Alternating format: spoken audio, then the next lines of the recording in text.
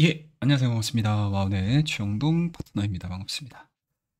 자, 오늘은 시장 얘기만 너무 주구장창 한 것 같아서 예, 종목 이야기를 하나 정도 해도 좀 괜찮지 않을까 싶어서 파마리서치라는 종목을 좀 보도록 하겠습니다. 일단은 최근에 파마리서치의 움직임들을 보게 되면 다른 종목군들과 다르게 지속적인 상승 추세를 만들고 있고요. 그리고 조정과 상승, 그다음에 또 조정을 거칠 수 있는 가능성들도 있기는 하지만 뭐 기본적으로 파마리서치가 성장을 할 수 있는 포인트 자체가 꺾인 상황들은 아닌 것 같습니다. 거기에다가 현 구간이 지금 18만 원대에서 운영이 되는데도 불구하고 CVC 캐피탈을 통해서 제3자 유중이 성공적으로 좀 마무리가 됐습니다.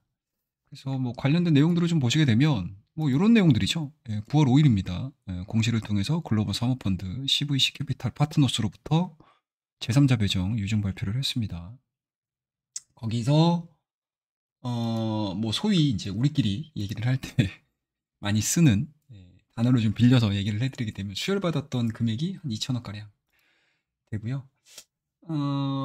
유상증자 가격은 17만 원대 초반대로 알려져 있습니다. 전량 보통주 전환을 가정할 경우에 보유 지분율은 10%라고 보시면 좋을 것 같고, 이 CVC 캐피탈의 투자 전략 자체가 상당히 좀 공격적이고 뭔가 성장성이 있는 기업에 포커스를 굉장히 좀 맞추는 특징들을 많이 보여줍니다. 이렇게 잘 이렇게 뭐 흔히 좀 들을 수 있는 그런 회사는 아니어서 아마 익숙치는 않으실 텐데 업력은 엄청나고요. 그리고 투자 성과 역시도 굉장하다라고 말씀을 좀 드릴 수가 있을 것 같아요.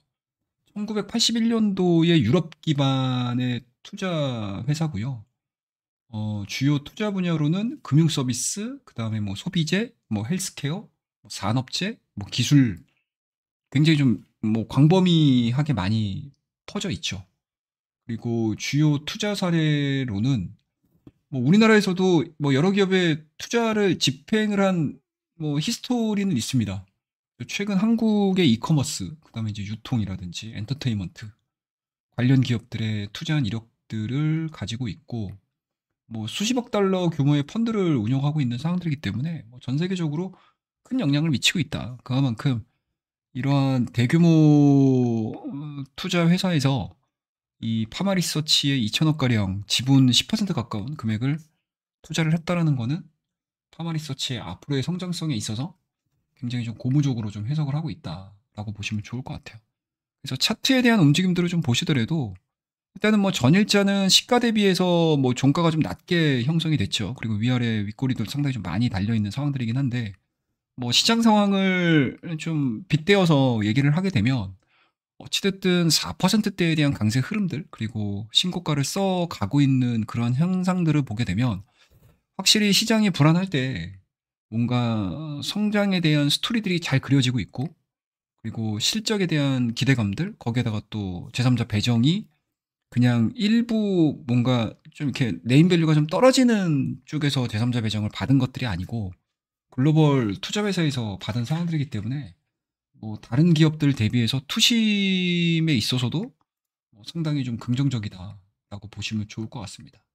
일단은 뭐 기본적으로 좀 보시게 되면 일단은 이 내용들이 좀 있어요. 예, 글로벌 네트워크를 보유한 사모펀드라는 점이고 그다음에 포커스를 좀 맞춰 보시게 되면 이 시너지를 창출할 수 있는 헬스케어 섹터의 투자 경험이 굉장히 좀 많습니다. 그래서 동남아 지역에도 한 4개 회사에 투자를 했던 내용들을 좀 보시게 되면 거의 대부분이 좀 독보적인 뭔가 이제 사업 포트폴리오를 갖고 있는 회사에 좀 투자를 한 내역들이 보이고요.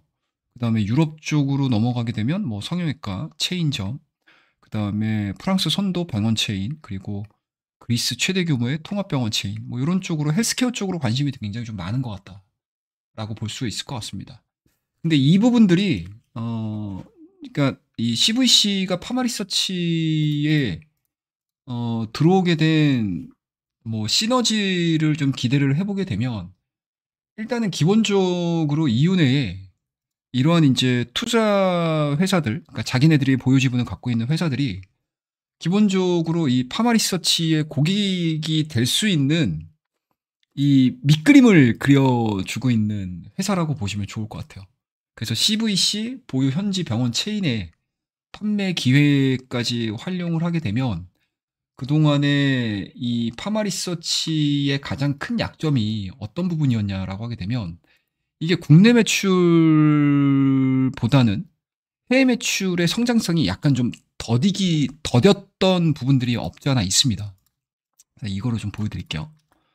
보시게 되면 파마리서치 해외 매출 비중 전망을 보시게 되면 국내 매출이 상당히 높았었죠. 2020년도와 2021년도, 2022년도까지 보시게 되면 거의 70%예요.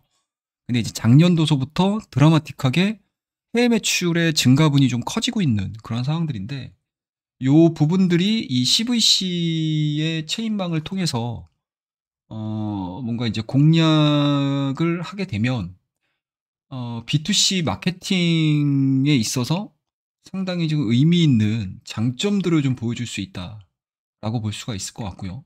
그다음에 다국적 에스테틱 경험을 보유한 이 CVC의 업력을 통해 가지고 뭐 기업 운영이라든지 그리고 해외 쪽에서에 대한 매출 비중까지 고민을 했었을 때 뭐 잃는 것보다 얻는 게 훨씬 더 크다라고 볼 수가 있을 것 같습니다.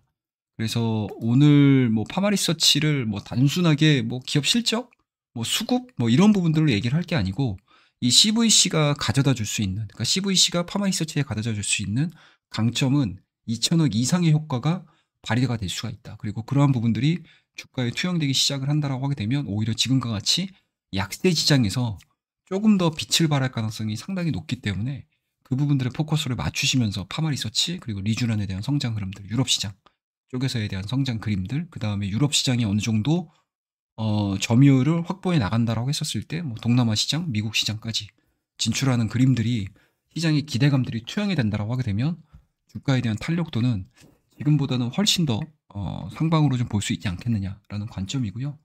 뭐 시장에서는 적정 가격들을 2천억을 딱 받자마자 20만 원대가 다 훌쩍 넘어가요. 그러니까 좀 적게 목표가를 설정한 기업들이 한 22만 원, 그리고 많게 한 24만 원까지, 그러니까 높게까지 설정을 하는 구간들이 한 24만 원대까지 진행이 되고 있는 상황들이기 때문에 오히려 원료일자의 외국인과 기관 쪽에서에 대한 수급 물량들 그리고 특히 이 부분들을 좀 잘 보셨으면 좋겠다라고 저는 생각을 하고 있거든요. 일단은 전일자, 아까 금요일이죠. 금요일자에 PR 물량이 상당히 조금 많이 나왔어요.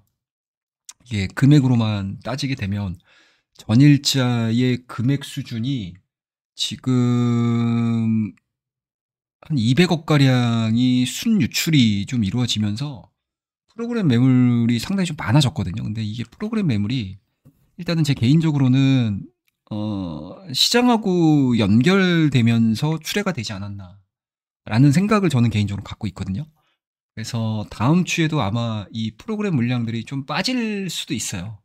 그러면 저는 개인적으로는 눌림목이 나오는 구간에서는 좀 관심을 좀 가지셔야 되지 않겠냐. 그리고 현재 지금 전일자에 금요일자에 보여줬던 요 밑꼬리 구간에서는 충분히 시장에서에 대한 저점 구간들이 형성이 될 가능성이 상당히 높다. 그리고 설령 이 구간이 좀 무너졌다 하더라도 이 대량 거래량을 동반한 시점 자체가 나쁘지 않은 구간이거든요, 사실. 그렇다고 되면은 한 분할 매수로 대응을 했었을 때 전체적으로 뭐 이 구간에서 한 1차 정도, 그다음에 이제 이 구간에서 2차 정도, 그다음에 마지막으로 이 구간에서 한 3차 정도 가격들을 한 3분할 정도 대응을 하시게 되면 적정 수준의 리스크 관리도 하고 뭐 물량도 좀 많이 모을 수 있는 가격대가 되지 않겠나라고 저는 개인적으로 생각을 하고 있습니다. 그래서 그러한 부분들을 좀 참고를 하시면서 퍼마리서치에 그냥 단순하게 볼 기업은 아니다라고 말씀드릴 수가 있을 것 같고 오히려 지금과 같이 뭐 바닥권에서 종목군들이 갑자기 지수가 리바운딩이 될 때 가격이 올라올 수도 있어요. 그거는 어찌됐든 뭐 기술적 리바운딩을 뭐 내포를 할 수 있는 상황들이기 때문에 뭐 그 부분 그러한 타이밍들을 노리는 거는 시황하고 연결해 가지고 봐야 되는 상황이니까 그런 거는 다 차치하고 그냥 순수하게 기업들만의 성장 그림들이라든지 지금 보여주고 있는 관심도라든지 투심이라든지 이런 것들로 놓고 봤었을 때 파마리서치를 이길 만한 기업들이 그렇게 흔치가 않다라고 말씀 좀 드리도록 하겠습니다. 그래서 오늘 파마리서치에 대한 이야기는 요 정도에서 마무리를 하고요. 저도 뭐 내일서부터는 파마리서치가 과연 어떤 변동성들을 좀 보여줄지 잘 체크를 해서 여러분들과 함께 좋은 결과물들을 좀 만들어낼 수 있는 기업인지 한번 계속적으로 주가를 추적해 보도록 하겠습니다. 그럼 오늘 이야기는 요 정도에서 마무리를 하고요. 다음 시간에 또 찾아뵙도록 하겠습니다. 오늘 이야기가 괜찮으셨다면 구독과 좋아요, 알림 설정 부탁드리도록 하겠습니다. 감사합니다.